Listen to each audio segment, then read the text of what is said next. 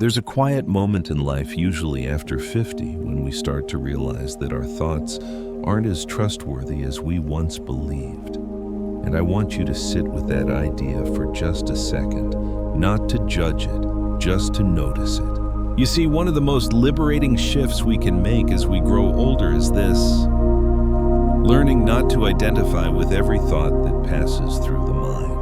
I often tell my clients, men and women in their 60s, 70s, good people who've lived real lives, that there's a world of difference between saying, "I'm anxious," and "I'm noticing a feeling of anxiety."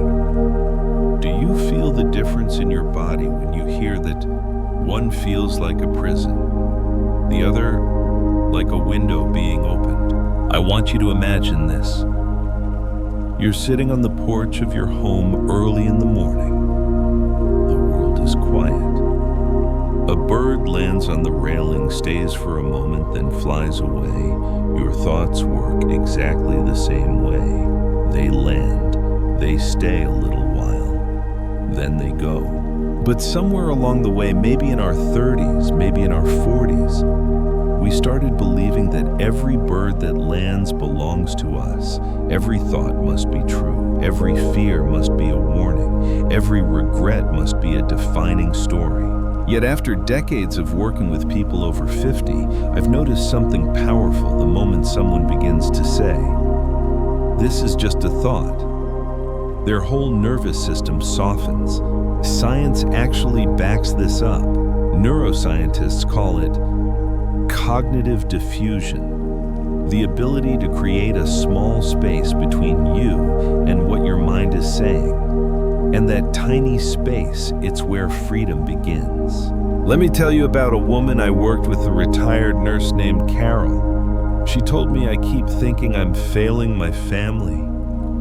She said it with such certainty, as if the thought was carved into stone. But when I asked her, "Is this a fact, or is this just a thought passing by?" she started to cry, because no one had ever given her permission to question her own mind. And maybe you've had moments like that too, moments where a thought felt so real, so heavy that it shaped your whole day, maybe even your whole life. But tonight, as you're watching this, I want to offer you something gentle and honest. You are not your thoughts. You never were. You are the one who observes them. You are the sky, not the passing weather. And the moment you begin to notice your thoughts instead of becoming them, suffering loses its grip. That's where your real spiritual maturity begins. Not in controlling the mind, but in no longer being controlled by it. There's a kind of freedom that doesn't arrive in our 20s or our 30s. It comes later, often after 50, when life has shown us enough storms for us to finally understand one quiet truth. This too is just a thought. Now I want you to hear that not as a slogan, not as a spiritual cliche, but as a deep recognition. A recognition that can soften anxiety, loosen fear, and give you back the breathing room your mind has been taking away for years. Let me ask you something honestly. Have you ever had a thought that felt so urgent, so loud, that it pushed your whole body into tension? Maybe it sounded like, "Something's wrong. I can't handle this. What if this goes badly?" When we believe every thought that pops into our mind, anxiety becomes our constant companion. When we can pause even for a second and whisper to ourselves, "This too is just a thought," something inside us unclenches. I've seen this transformation countless times. A man in his early 60s once came to me. Let's call him Robert. He told me, "Every time my mind says something bad is going to happen, I panic. My chest tightens, my breath shortens." And I looked at him and gently asked, "What if the thought is just noise? What if it's not a message but a momentary ripple?" He paused, stared at the floor, and said quietly, "I've never considered that." Many people haven't. We grow up assuming the mind is a reporter giving us breaking news. But the mind is more like a radio. It plays whatever signal it picks up, whether it's wisdom, fear, memory, or just habit. And when we assume every broadcast is truth, life becomes heavier than it needs to be. I want you to imagine this, a leaf falling into a river. It touches the surface, makes a tiny ripple, and then floats away. A thought is exactly the same. It appears it stirs something for a brief moment, and then it moves on if we allow it to. Modern psychology even supports this. When we label a thought as just a thought, the amygdala, the part of the brain responsible for alarm, reduces its activity.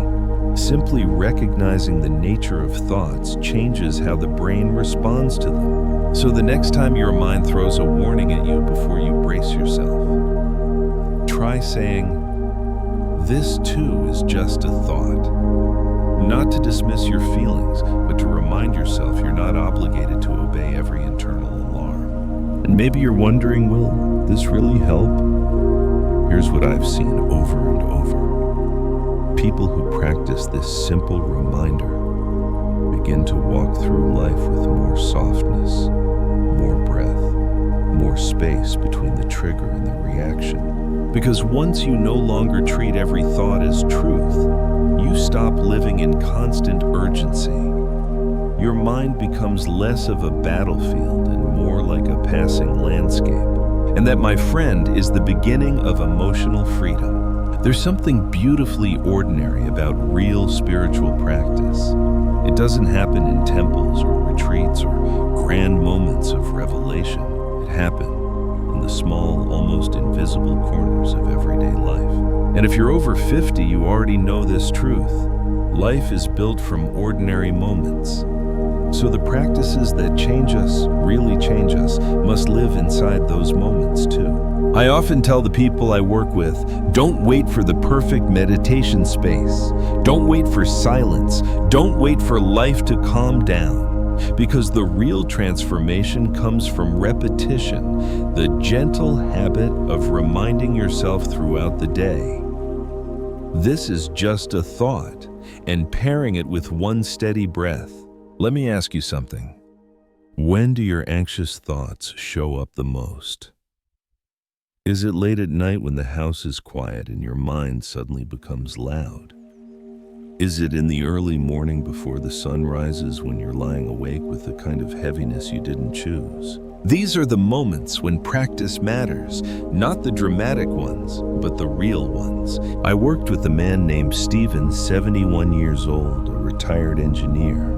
He told me, I keep trying to meditate, but I always fail. My mind won't stop. And I said, Stephen, meditation isn't what you do on a cushion. It's what you do while rinsing a plate under warm water. He laughed at first, but he understood later. Because while he washed dishes each evening, he started whispering to himself, this breath belongs to me. This moment is enough. This thought will pass. And slowly, almost without noticing it, softened his entire emotional landscape. You see, the brain learns through repetition. Neuroscience calls it pattern reinforcement. The more often you pair a calming phrase with a calm breath, the faster your nervous system learns to return to that state automatically. So I want you to imagine your day and look for tiny openings. When you wake up and your mind floods with worries, pause. Place a hand on your chest. Breathe once and say, I'm right here. When you're standing at the sink washing a cup, slow down just a little. Feel the water, feel your breath, and remind yourself, this is a safe moment. This is a passing thought. When you wake up at 3 a.m., the hour when fears feel the loudest, don't try to fight your mind. Just breathe. Let one simple sentence become your anchor. This thought is temporary. And if you practice this day after day, something quiet and beautiful begins to shift. The mind becomes less urgent. The heart becomes less reactive. You start to feel like you're living from a deeper, steadier center. Because spiritual growth doesn't happen in special places. It happens in the laundry room, in the kitchen sink, in the soft hours of dawn. It happens when you choose again and again to return to your breath, your body, your presence. That's where the real transformation lives, in the small things, repeated with love. There's something many people don't talk about, but I know you felt it, that strange, uneasy feeling that only shows up when life finally becomes quiet. It's almost funny, isn't it? We spend years longing for peace, for slower mornings, for the kind of life where we can finally breathe. Yet when the world around us becomes still, the mind suddenly becomes loud. I've seen this again and again with people over 50, when the career slows down, when the children grow up, when the house becomes quieter. The mind finally has space. And in that space, old worries we've ignored for decades start to whisper again. Maybe you felt it too. You sit alone in the evening, the TV turned off, and the silence feels almost sharp. Or you lie in bed early in the morning and out of nowhere a familiar old fear rises up like a visitor you didn't invite. You might even wonder, why am I more anxious now that life is supposed to be calmer? But the truth is simple and deeply human. Anxiety often appears when the noise stops. Not because something is wrong with you, but because the mind finally has room to reveal the things it never had time to show you. I once worked with a woman named Denise. She had spent 40 years raising a family, running a business, managing everything.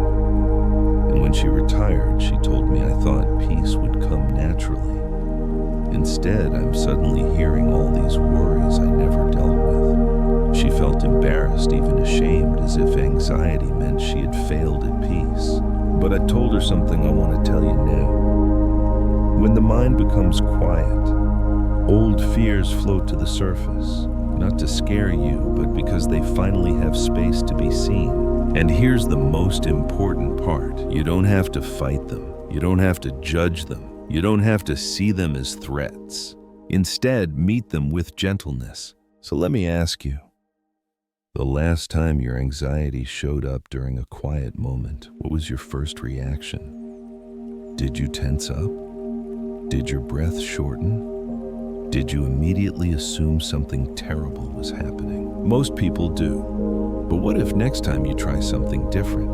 What if you took one slow breath and whispered, my mind is quiet enough today that my old fears are visiting. That's okay. Imagine that. Imagine welcoming your anxiety the way you'd welcome an old friend who knocks unexpectedly, not because you enjoy the visit, but because you understand where they came from. This gentle recognition softens the heart.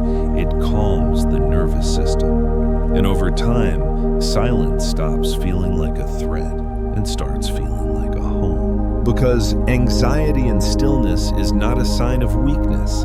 It's a sign that your inner life is finally speaking, and with kindness, not fear, you can learn to listen. There's a moment often sometime after 50 when you start to realize that the future has taken more of your energy than the present ever did. Worries, predictions, what-ifs, imagined scenarios. They pull us away from the life that's happening right in front of us. And that's why mindfulness, simple, ordinary mindfulness, isn't just a spiritual practice. It's an anchor, a steady hand pulling us back from the edge of fear into the safety of now. I want you to take a breath with me for a second. Nothing dramatic, just inhale and feel your chest rise. Exhale and notice the weight leaving your body. You see that tiny moment you just felt? That's presence. That's home. Many people over 50 tell me, my anxiety comes from thinking too much about the future. And I always answer, that's because your mind is running ahead of your body. Bring the body back and the mind will follow. Mindfulness works because it reconnects us with what is undeniably real. The ground beneath your feet, the breath in your lungs, the temperature of the room, the sensation of your hands resting softly in your lap. These simple things, they don't lie. They don't predict disasters. They don't drag you into imaginary futures. They say you're safe, you're here. Let me tell you something from my years of working with older adults. There was a man named Arthur, 68, former pilot, tough as steel on the outside. He told me, "My mind jumps to the worst-case scenario every time. I feel like I'm landing a plane in a storm even when I'm just sitting at the kitchen table." So I taught him something simple. Feel your feet on the floor. At first he thought it sounded ridiculous, but the next week he came back almost teary-eyed and said, "When I feel my feet touching the ground, the fear finally loosens. It brings me back. It reminds me I'm not in danger. I'm just thinking I am." That's the magic of a mindfulness anchor. It interrupts the story your mind is telling and brings you into a moment your body knows is safe. Try this with me. Feel your feet pressing gently against the floor. Notice the support beneath you. Feel your breath flowing in and out without you having to force it. For a moment, just a moment, there is no future. Only this breath, this contact, this present moment. And here's the part science agrees with: when you anchor your awareness in your body, your nervous system stops reacting to imaginary threats. The amygdala calms down, your heart rate steadies, your mind becomes clearer. So the next time your thoughts start spiraling into a future that scares you, I want you to remember this. You don't have to fight the thoughts, you just have to come back to what's real. A breath, a grounded footstep, a hand resting on your heart. Mindfulness is not an escape from life. It is the doorway back into it. The doorway back into the one place where fear has no power. The present moment. Here is your 3,500-word English YouTube script, written in the same soft, philosophical, compassionate tone as the previous part, speaking as a seasoned 60-year-old spiritual philosopher addressing viewers over 50. It follows your exact idea. Self-compassion as emotional medicine. There's a tenderness we rarely show ourselves, especially as we get older. We become quick to judge, quick to criticize, quick to whisper harsh things inside our own mind. And yet as the years pass, the heart doesn't need more discipline, it needs more kindness. Self-compassion isn't weakness, it's medicine. A kind of spiritual herbal remedy for an aging mind that has carried far more than it ever admits. Let me ask you something gently. When was the last time you spoke to yourself with the same softness you'd offer a friend? When did you last say, "This is difficult, and I'm doing the best I can"? Most people over 50 don't talk to themselves that way. They say, "I should know better. Why am I still struggling? What's wrong with me?" But imagine speaking those words to a child or to someone you love. You wouldn't. You'd place a gentle hand on their shoulder and say, "You're trying, and this is hard. It's okay." Your heart deserves the same tenderness. I once worked with a woman named Marlene, 73, who spent her whole life taking care of others. Children, grandchildren, neighbors, even strangers. But inside her own mind, she was merciless.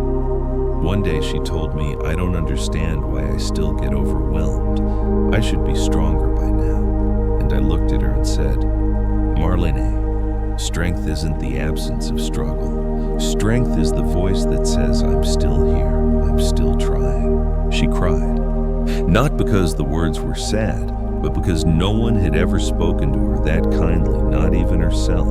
You see, the older we get, the more the mind tends to replay old regrets, old mistakes, old wounds. And self-criticism tightens. The heart makes the body tense and deepens anxiety.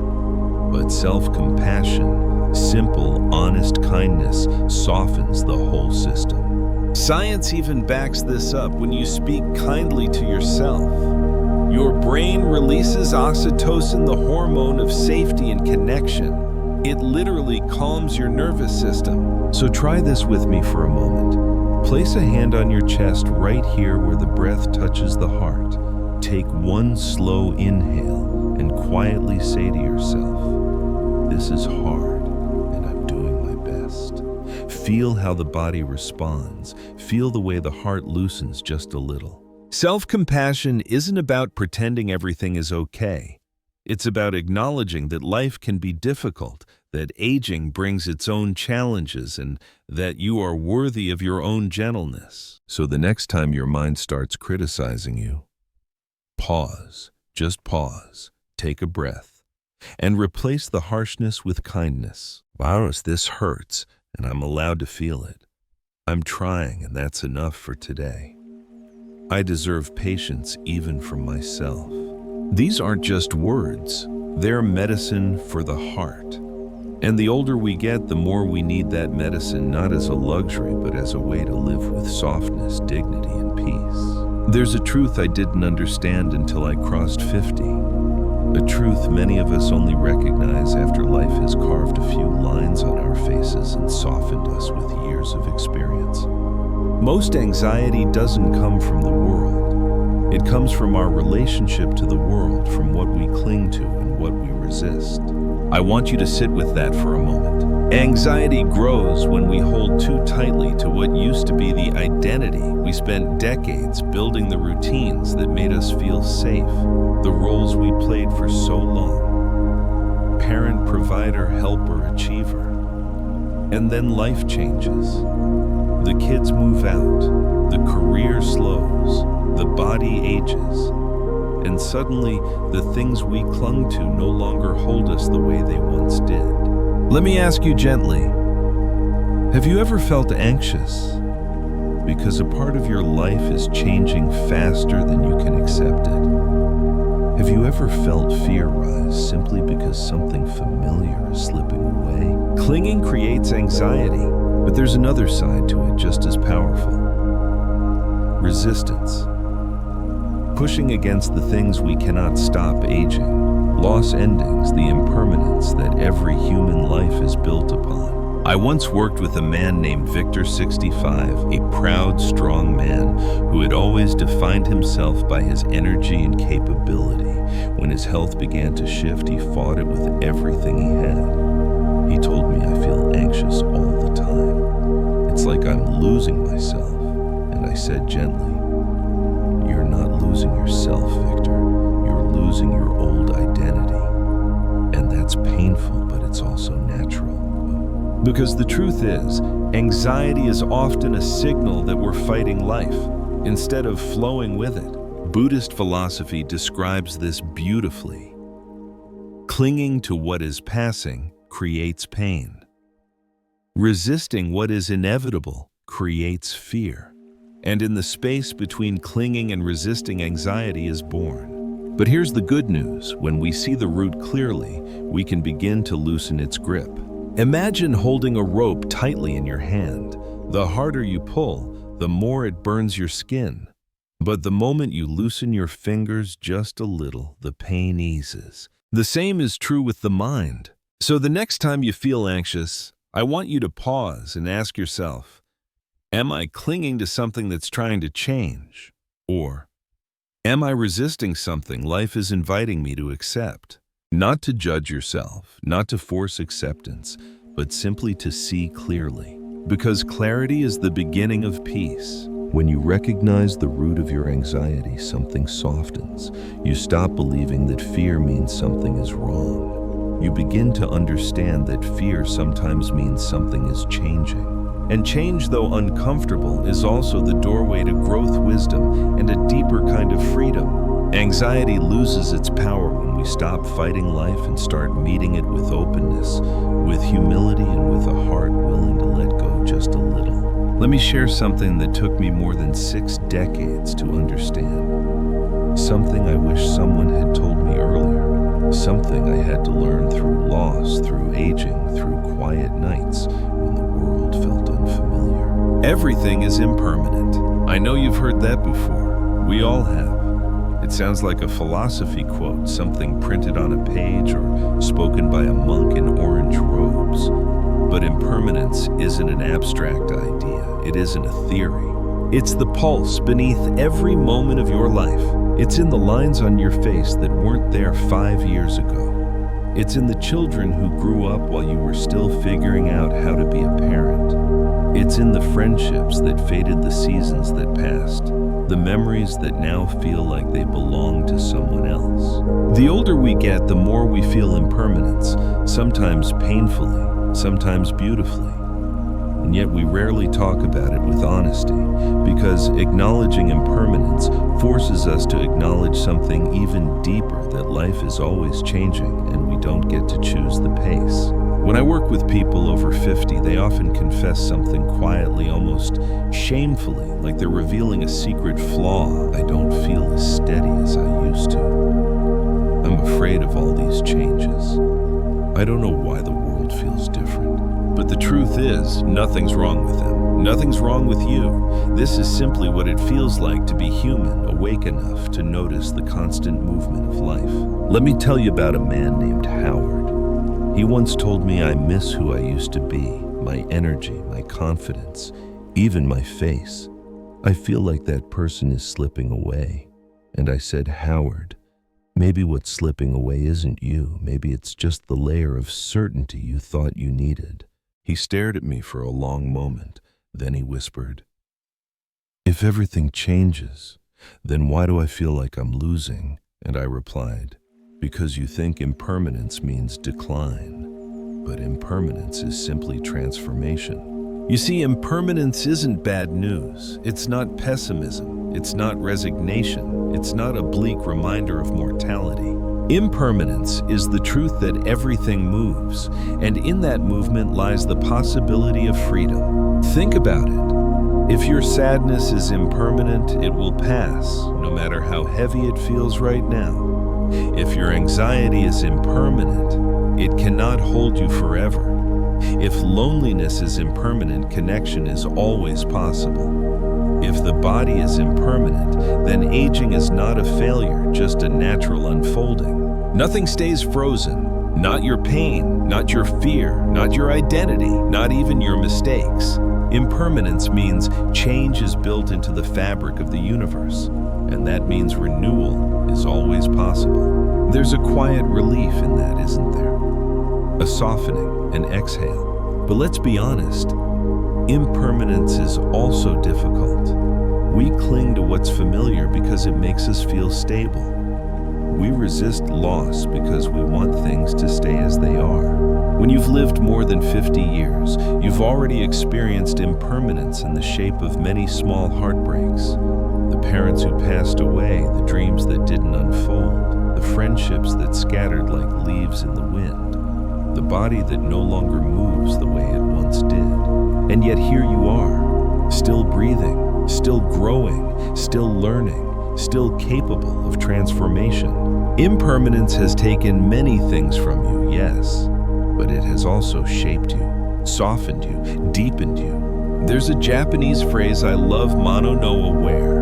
It means the gentle sadness of things, but also the deeper appreciation that comes from knowing everything is fleeting. When you understand impermanence, you don't love less, you love more, because you see the fragility in the moment.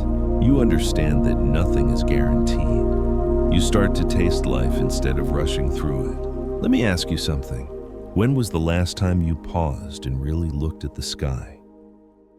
Noticing the color, the movement, the way the clouds shift. When was the last time you sat quietly and felt the texture of the air on your skin, or listened? Not just heard, but listened to the voice of someone you care about, knowing that this moment will never repeat in quite the same way. Impermanence invites us into a deeper kind of presence. I once guided a woman named Elena, 76 years old, through a mindfulness exercise.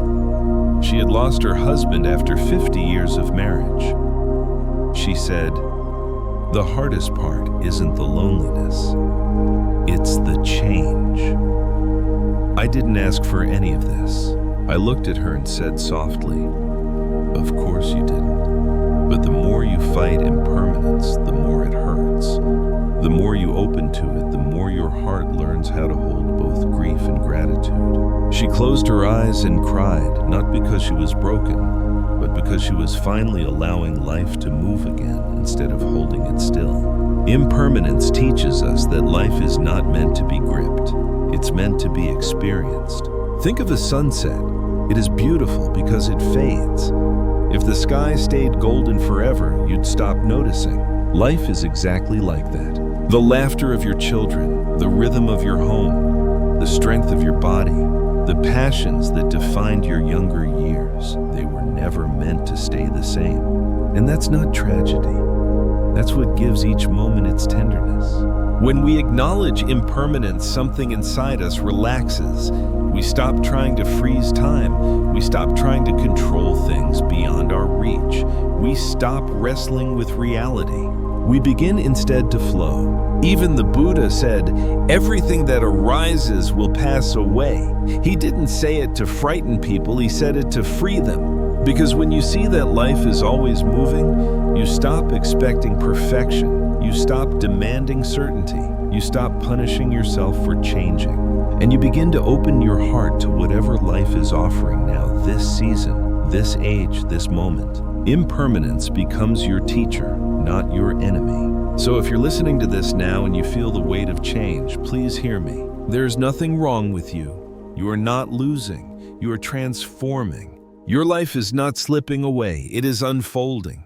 You're not becoming less. You're becoming different.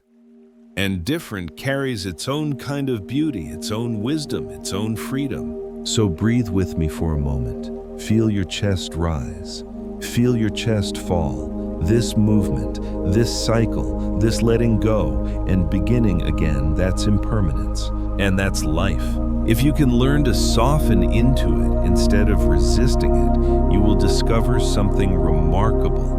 That impermanence isn't a threat to your happiness, it is the doorway to it. Because when you truly understand that everything changes, you finally start to live fully in this breath, in this moment, in this precious, fleeting, extraordinary now. If something in today's sharing touched a quiet corner of your heart, I'd be grateful to keep walking this path with you. You can click the subscribe button below, not to follow me, but to gently remind yourself to return to moments of peace like this each week. We all deserve a place where our spirit can rest. And if you'd like, let this channel be that place for you.